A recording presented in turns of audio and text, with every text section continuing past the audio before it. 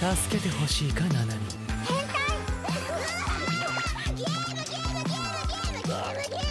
心を燃やせ。限界を超えろ。 Hello and welcome to More Than Headlines, your weekly anime news podcast made by Australians for global citizens. I'm your extremely humble host, Brendan White, aka the Salt and Pepper Senpai. And just like Sun Jing Woo, I am attempting to level up and tackle this episode solo. So make yourself a cuppa, grab a biscuit, preferably a Tim Tam double coat because they are the freaking best. And get comfortable as it is time for... You like the news? All right. And on this week's episode of More Than Headlines, I am bringing you the 5 biggest, best, and brightest headlines from around the anime universe. And starting us off with headline number 1, I've titled Doubly Delicious. Gachiakuta has just dished out the exciting announcement that Studio Trigger's hit anime Delicious in Dungeon is getting a second season. The announcement came with a brand new visual and a tantalizing video. The first season wrapped up with its 24th episode this past week, airing worldwide on Netflix since its January 4th premiere. It's been a wild ride with our favorite dungeon crawling foodies, and the anime itself has quickly become one of my favorite new anime of 2024, and I cannot wait for more of this. Fans can expect even more adventures and monster meals in the upcoming season, and if you're new to the series, here's the scoop. Delicious in Dungeon follows adventurer Laos and his crew, who decide to cook and eat the monsters they encounter in the dungeon in order to survive. Think dragon steaks and basilisk burgers. Season 1 was masterfully directed by Yoshihiro Miyajima, with Kimiko Ueno overseeing the scripts and Naoko Takeda designing the characters. The music composed by the legendary Yasunori Mitsuda added a perfect flavor to the series. Are you loving all these food puns? Because I most certainly am. Based on Ryoko Kui's manga, which ran from 2014 through to 2024 in Gachiakuta Hata magazine, Delicious in Dungeon has carved out a special place in the hearts of anime and manga fans alike, your host included. Delicious in Dungeon is fantastic. It's one of the best new IP to come out in the last few years. It's funny, it's wholesome, it's scary, it's heartbreaking, and everything else in between. So when you're done listening or viewing this episode, head on over to Netflix and check out those 24 episodes. Right now, that is an order. All right, moving on to headline number 2, which I've titled Time to Clean Up the Trash. Get ready for a thrilling new series, Otakus. Studio Bones announced this past Thursday they're bringing Kei Urana's manga Gachiakuta to life with an anime adaptation set to premiere sometime in 2025. The official website has already dropped a teaser trailer and a stunning kickoff visual to whet our appetites. Directing this highly anticipated adaptation is Fumihiko Suganuma, known for his work on the first Slam Dunk. The series scripts are in the expert hands of Hiroshi Seiko, famed for Chainsaw Man, Vinland Saga, and Mob Psycho 100. Character design and chief animation direction will be handled by Satoshi Ishino, who's worked on hits like Data Live and Release the Spice. Mark your calendars for next month's Anime Expo, where staff from Bones, Avex Pictures, and Kodansha will present an exclusive panel on the anime to get everybody especially hyped. And here's a recap on the gripping story itself. Gachiakuta follows Rudo, a young man from the slums of a floating town where the rich live lavishly above and the poor suffer down below. Wrongfully convicted of murder, Rudo is exiled into a pit filled with monstrous trash beasts. To survive and seek vengeance, he must join the Cleaners, a group battling these monstrous creatures. The manga, which launched in February of 2022, has captivated readers with its unique blend of action and drama. Kodansha USA is releasing the manga in English, with the 11th volume coming out tomorrow, June the 17th. Moving on to the third piece of news for this episode, I've titled this one, The Tower of Terror. Crunchyroll announced that the highly anticipated second season of Tower of God will premiere on July the 7th. They also revealed a stunning new key visual to get us all hyped. The new season has Kevin Penkin returning to compose the epic soundtrack, and the season's opening and ending themes will be performed by Niziu. The first season of Tower of God debuted way back in April of 2020 with 13 thrilling episodes, part of the Crunchyroll original slate, and is based on Seiu's popular manhwa launched on Naver Webtoon way back in 2010. I'm currently on my second go-round of watching Tower of God. The animation style didn't really mesh with me when I first picked it up and I dropped it a few episodes in, but it's hitting a little better for me this time around. I don't know if that's due to the global hype and the excitement of a second season, but please wish your boy luck as I attempt to climb the tower one more time. Moving on to headline number 4, which I have titled, Thank God It's Not Gollum. Middle-earth fans prepare for a legendary journey. Director Kenji Kamiyama has spilled the beans to Entertainment Weekly about The Lord of the Rings, The War of the Rohirrim, set to explore the story of the most powerful king in Rohan's history. The film delves into themes of lineage, power, and the harsh realities of war. Inspired by J.R.R. Tolkien's appendices, this tale promises to expand the rich lore of Middle-earth. Originally set for an April 12th, 2024 release, the film will now hit theaters on December 13th of 2024. Produced by New Line Cinema and Warner Bros. Animation, with Solar Entertainment handling the animation itself, this feature promises to be a visual feast, with some of the stills circulating around the internet reminding me of the same gorgeous vibe and aesthetic of Netflix's Castlevania anime adaptation.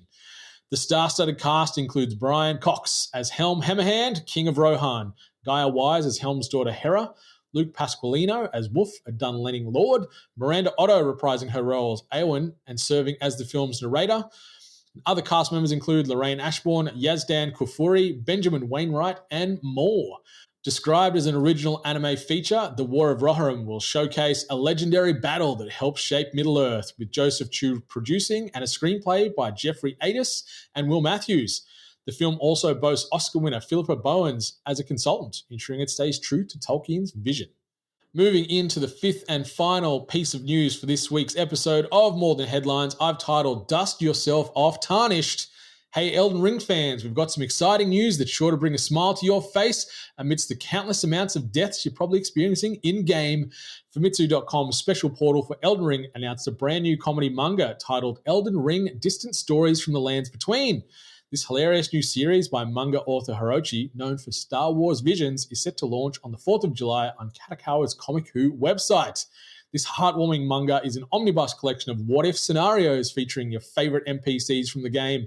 The first story introduces us to a broken-hearted girl named Roderica. Get ready to see the lands between like never before. But that's not all. Katakawa also has Elden Ring, The Road to the Erd Tree, a gag manga by Nikichi Tobita, which has been making waves since its launch in September of 2022. This laugh-out-loud series is available in 11 languages, with the 6th volume dropping on July the 4th. Yen Press will release the 4th volume in English on October the 15th. In case you missed it, Elden Ring by From Software and crafted by Hidetaki Miyazaki and George R.R. Martin launched in February of 2022 to much critical acclaim and has gone on to sell over 25 million units at time of recording. It's also won countless awards and is being talked about as one of the greatest video games of all time. A fact that even though I am rubbish at the game itself, cannot really dispute, because the world is stunning and horrific and fantastic. It's just not for me. I am hopeless when it comes to Soulsborne games. So please let me solo her. Come and save me. You're my only hope. All right, so that brings us to the end of the news. Just wanted to now shift into the next segment, which we like to call Big Game Hunting, where we update you on the latest developments regarding the biggest titles airing in the current anime season, and in alphabetical order, and cherry-picking the biggest, brightest, and personal favorites. Demon Slayer Season 4, Episode 6 will be dropping just after this episode goes live, so it's going to be the third last episode of the Hashira training arc, currently available on Crunchyroll, so check that out. Moving down the line, Kaiju number 8, overnight, Season 1, Episode 10 dropped. The episode is titled Secret Revealed. I watched it this morning, and oh my goodness, is it my favorite episode of the season? Quite possibly. Kaiju number 8 is fantastic, and The Secret Revealed is like the cherry on top of a delicious sundae that we've been eating so far in the previous 9 episodes. So give that a look once you're done checking out this episode. Moving down the list further, My Hero Academia, Season 7, Episode 145 also dropped overnight, titled Inflation. Check that one out straight after Kaiju number 8. And same type of levels of hype, same types of level of happiness as well, because it was a fantastic watch.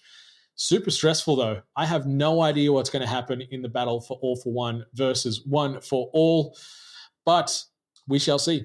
We hope the good guys and the good girls win at the end of the day, but my goodness, my heart cannot take the stress that is happening in these last few episodes. So please, Bones, settle down maybe on episode 146 just a little, even though I've seen the preview of it. No doubt that's going to happen. So good luck to me in my heart. And last one I want to spotlight from an anime perspective, One Piece, Season 14, Special Episode 14, titled The Turbulent Old and New Four Members, also dropped overnight. Anyone that's checked out this podcast or More Than Hentai overall Probably know that I'm not the hugest One Piece fan, but if you wanted to have a positive takeaway off this, a lot of people that I talk to that are One Piece fans are loving this season and saying that the animation that Toei is throwing out at the moment is some of the best in the business. So any Straw Hat Pirates out there, keen as mustard to keep sailing those seas. Season 14, special episode 14, the turbulent old and new 4 members is available right now.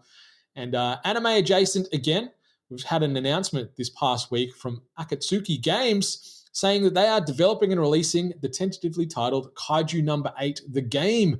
And we saw a 90-second trailer drop this past week showcasing the game, the characters, some of the kaiju.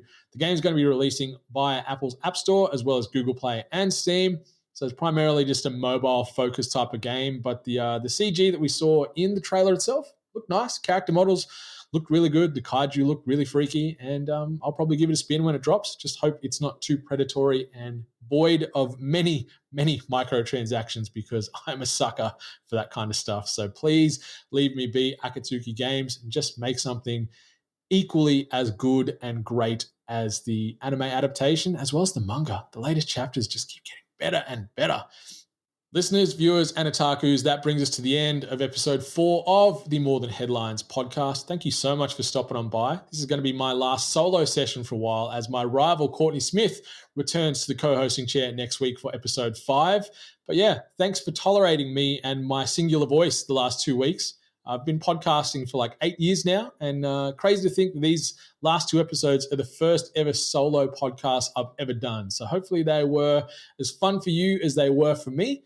Be sure to follow myself on the socials at More Than Senpai, and be sure to follow Courtney at Cottony on Twitter/X. Be sure to rate, review, subscribe, and click that like button depending on how you are consuming this podcast, because those ratings, reviews, subscriptions, and likes mean the world to us, helps keep us tracking, helps keep us relevant, and keep us in that algorithm.